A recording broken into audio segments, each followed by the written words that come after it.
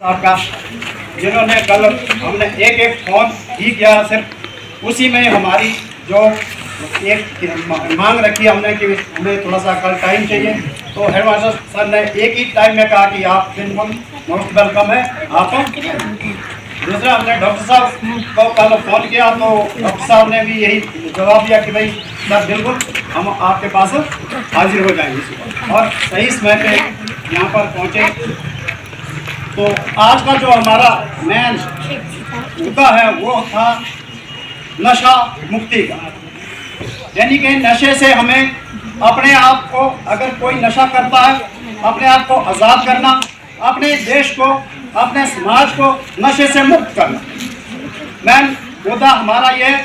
उसके बारे अभी मैं ये चाहता हूँ कि आप सभी बच्चे ये जो जानकारी आपको दी गई इस पे आगे अमल करें, अपने घरों में इसको बताएं। जो आपके घरों में कोई नशे का आदी है उसको ये चीज़ें बताएं कि भाई इससे क्या क्या नुकसान हो सकते हैं। तो आप लोगों को पहले एक थोड़ी सी चीज़ें मैं कुछ बताना चाहता हूँ कि भाई नशा क्या है।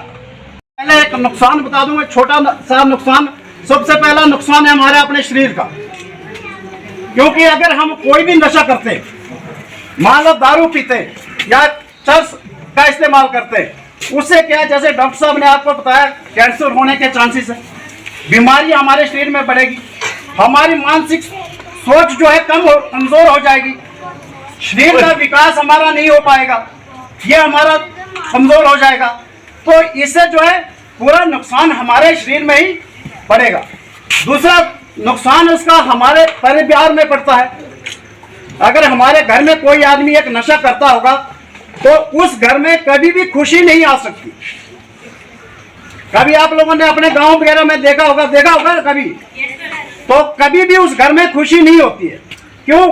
क्योंकि पूरे 24 घंटे में कोई एक आदमी तो नशे में ही है। वो कभी किसी से लड़ रहा है, कभी किसी से पैसे के लिए लड़ रहा है, कभी क्यों, उसके पास कमाई तो कुछ है ही नहीं, क्योंकि वो 24 घंटे नशे में रहता है।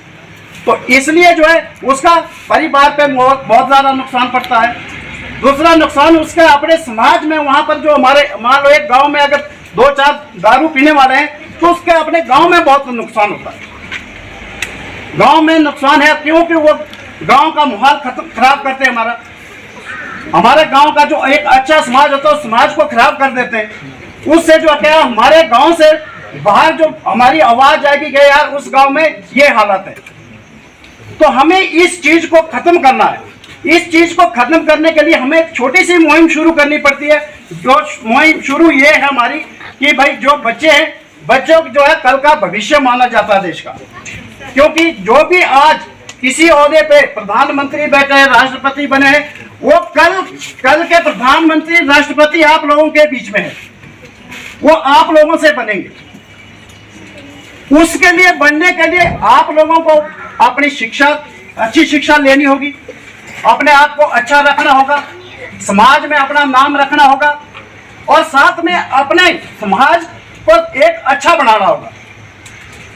इससे जो है आप, इसीलिए बोलते हैं कि देश का भविष्य जो है, आज बच्चे जो है कल का हमारा भविष्य है।